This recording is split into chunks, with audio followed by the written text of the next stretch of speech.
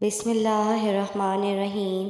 السلام علیکم ورحمۃ اللہ وبرکاتہ۔ جب درد بڑھنے لگے اور کچھ سمجھ نہ آئے تو اپنے رب کی طرف چلے جاؤ، کیونکہ دلوں کی سکون صرف اس کی یاد میں ہے۔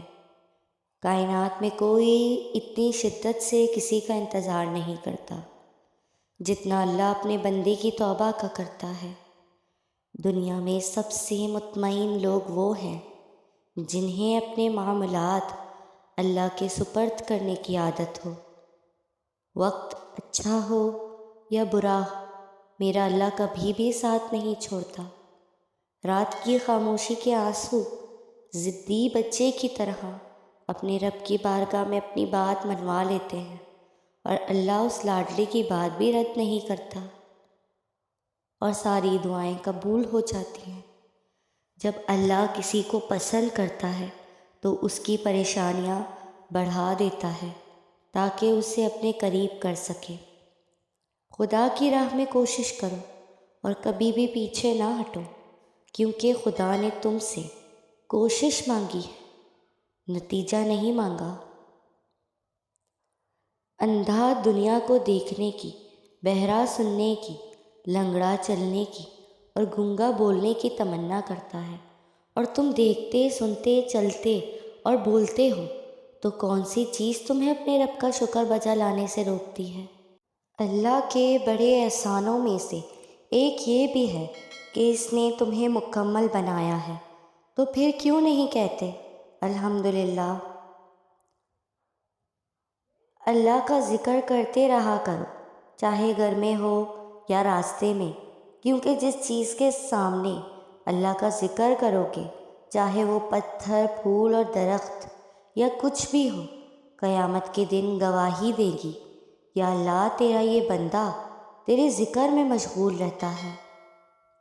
اللہ فرماتا ہے، جب کوئی تم پر ظلم کرے تو میرا انتقام پر راضی ہو جاؤ، کیونکہ میرا انتقام تیرے انتقام سے ہے، تو میرے انتظام پر راضی ہو جاؤ۔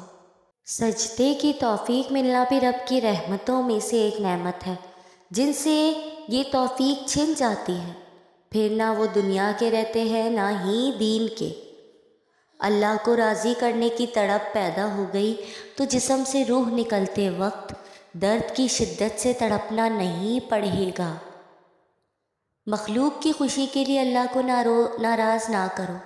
اگر اللہ سے تمہارا راستہ کٹ گیا تو پھر کوئی بھی تمہارے کام نہیں آ سکتا۔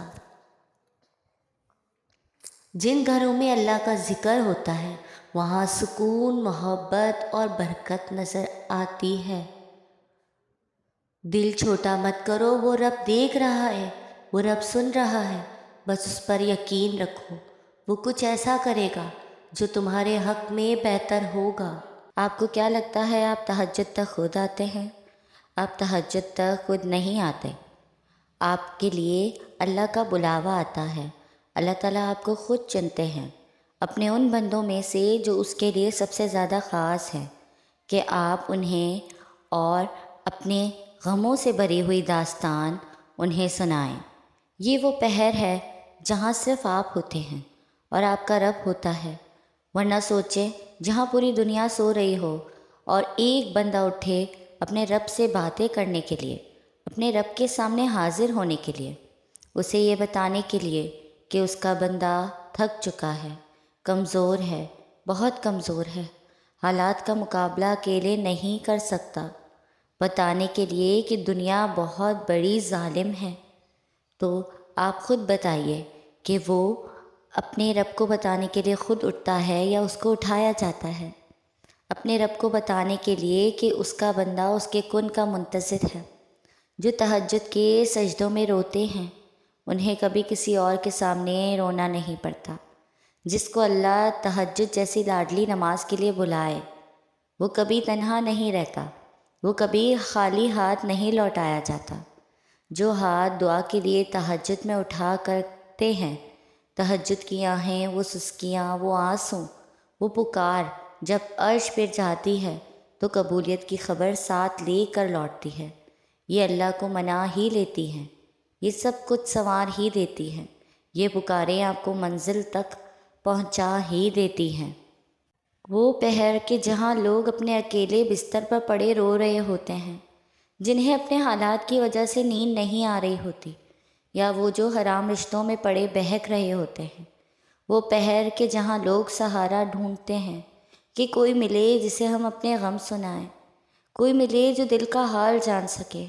اس وقت آپ کا رب آپ کو اٹھاتا کہ میرا بندہ مجھ سے بات کرے، مجھے سنائے اپنا حال دل، مجھ سے مانگے جو مانگنا ہے کہ میں اسے عطا کروں گا، کہ جو اس کی خواہش ہے وہ میں اس کی جھولی میں ڈال دوں گا۔ میں اس کی دعاؤں کو قبول کروں گا، میں اس کی دعاؤں پر کن فرما دوں گا۔ ایک بار مانگ کر تو دیکھے۔ جب بندہ روتا ہوا اپنے حال دل سناتا ہے اپنے رب کو، جب اپنے دل کو اپنے رب کے سامنے کھول کر رکھ دیتا ہے، اپنے ہر چھوٹے سے چھوٹے اور بڑے سے بڑے زخم کو اس کے سامنے اس کے در پر لا کر رکھ دیتا ہے، اپنی فریادیں سناتا ہے، اپنی خواہشات کا اظہار کرتا ہے، اللہ سے اس کی رضا طلب کرتا ہے، ارے تو کیسے ممکن ہے کہ اس کے رب کو اس پر پیار نہ آئے، اس کے رب کو اس کی ادا پسند نہ آئے؟ ارے تو کیسے ممکن ہے کہ اس کا رب اسے روتا چھوڑ دے، اس کی دعاؤں کو قبول نہ کرے، اس کی آہوں کو سسکیوں کو نظر انداز کر دے، اس کی دعاؤں پر کن نہ فرمائے؟ پھر کون کہتا ہے جو مانگا وہ نہیں ملا مجھے؟ تم تہجد کے سجدے تک آئے ہی نہیں تو اس کا مطلب تمہیں وہ چیز چاہیے ہی نہیں۔ کون کہتا ہے پھر کہ میں نے تہجد پڑھی اور وہ چیز عطا نہیں ہوئی؟ تم نے یہ تو دیکھا کہ جو تمہیں چاہیے تھا نہیں ملا، مگر کیا تمہیں اللہ کی رضا نہیں مل گئی؟ کیا تمہیں وہ نہ ملا وہ تمہارے رب نے تمہارے لیے چاہا؟ اور جو چیز تمہارے لیے تمہارا رب چاہے تو پھر سوچو کہ کتنے خاص ہو تم۔ کیا تمہیں اپنے رب سے بات کرنے کا موقع نہ ملا؟ کیا تم نے اپنے رب کا کام نہ دیکھا؟ کیا تم نے اپنے رب کا تم سے پیار کرنا نہ دیکھا؟ پھر بتاؤ تم کس چیز کے لیے روتے ہو؟ جو چیز تمہیں نہیں ملی وہ تمہارے حق میں بہتر نہیں تھی، اور جو چیز تمہیں مل گئی وہ تمہارے لیے بہترین ہے۔ تہجد سے تو اللہ مل جاتا ہے، یہ دنیاوی چیزوں کی کیا اہمیت ہے؟ تہجد سے تو اللہ راضی ہو جاتا ہے، ان لوگوں کی کیا اہمیت ہے؟ تہجد سے تو خوشیاں تمہارے نصیب میں لکھ دی جاتی ہیں، ان غموں کی کیا اہمیت ہے؟ اور سنو، تہجد سے تو ناممکن سے ناممکن چیز بھی حاصل ہو جاتی ہے۔ تمہاری ممکن خواہشات کی کیا اہمیت ہے تہجد کے آگے؟ تو تہجد پڑھو تو ہر خواہش پوری ہو جائے گی۔ خوش نصیب ہے آپ اگر آپ کو تہجد کا بلاوا آتا ہے۔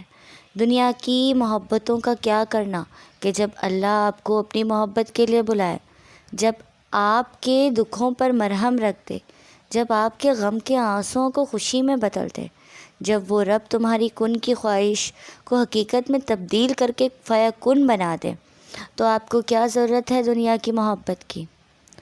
تہجد کی دعاؤں میں اگر دل لگانا شروع ہو جائے تو جان لیں اللہ آپ کا مقدر بدلنے کے لیے راضی ہے۔ تہجد میں آپ کے اور اللہ کے سوا کوئی تیسرا نہیں ہوتا۔ اس وقت کی گئی گفتگو اور آنسوؤں سے بھری ہچکیاں، یہاں تک کہ جو دل میں بھی کہتے ہیں ہم، وہ صرف اللہ سنتا ہے۔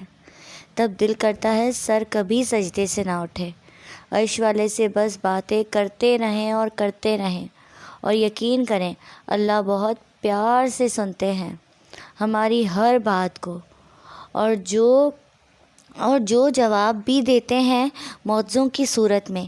اس لیے کہا جاتا ہے کہ تہجد تو عشق کی نماز ہے، ایک بار بھی عشق قضا ہو جائے تو سکون نہیں ملتا۔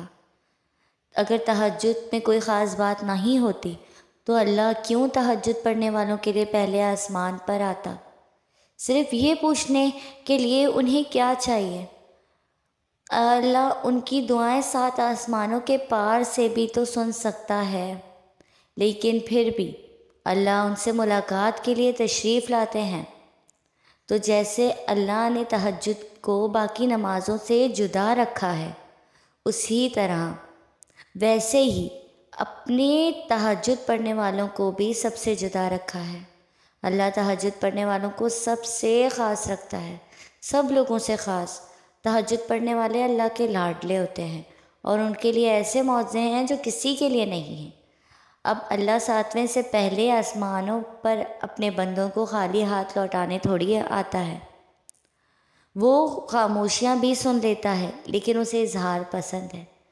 جب بندہ کہتا ہے اے میرے رب، تو وہ متوجہ ہو جاتا ہے۔ جب بندہ کہتا ہے تو بڑا رحیم ہے، تو اس کی رحمت جوش میں آ جاتی ہے۔ جب بندہ کہتا ہے اللہ مجھے معاف کر دے، تو وہ معاف کر دیتا ہے۔ اور جب بندہ گڑ گڑا کر کچھ مانگتا ہے تو وہ کن کہہ دیتا ہے، وہ قبول کر لیتا ہے۔ وہ ہماری ساری دعاؤں پر کن فرما دیتا ہے، اور جو اس بندے کو چاہیے ہوتا ہے وہ اسے دے دیتا ہے۔ تہجد تو محبت کا آخری مرحلہ ہے، جب انسان خود کو گوا کر اللہ پاک کو ڈھونڈنے نکلتا ہے۔ یہ وہ مرحلہ ہوتا ہے جہاں محبتوں کی طلب نہیں رہتی ہے، بلکہ محبت بنانے والے کی جستجو لگ جاتی ہے۔